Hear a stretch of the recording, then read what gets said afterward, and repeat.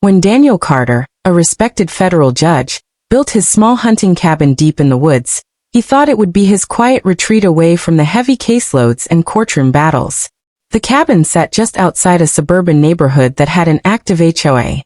Daniel's property was privately owned, fully registered, and not under any HOA jurisdiction. But the HOA board, run by a few overzealous members, insisted that his land fell under their rules. At first, Daniel ignored their letters demanding fees, knowing the HOA had no authority. But things escalated.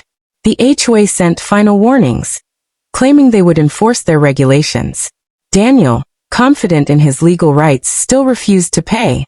He even politely explained in writing that his land was exempt. The board didn't listen.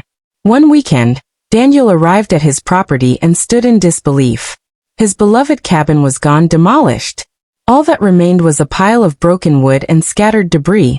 The HOA had taken matters into their own hands, hiring a contractor to tear it down, claiming it was non-compliant and unapproved.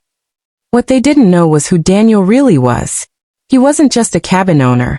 He was a federal judge with decades of experience in property and jurisdictional law. Calmly and methodically, he documented everything, from the HOA's letters to the destroyed cabin. He filed a lawsuit, not as a homeowner but as a seasoned judge who knew every legal angle.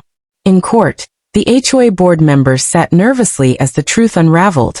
Their authority had never extended to Daniel's land, and the demolition was ruled as unlawful destruction of private property. The verdict was swift and devastating for the HOA. Massive damages owed to Daniel and criminal charges for those who ordered the demolition. Daniel rebuilt his cabin, bigger, stronger, and this time with a plaque inside that read, "Justice always finds its way."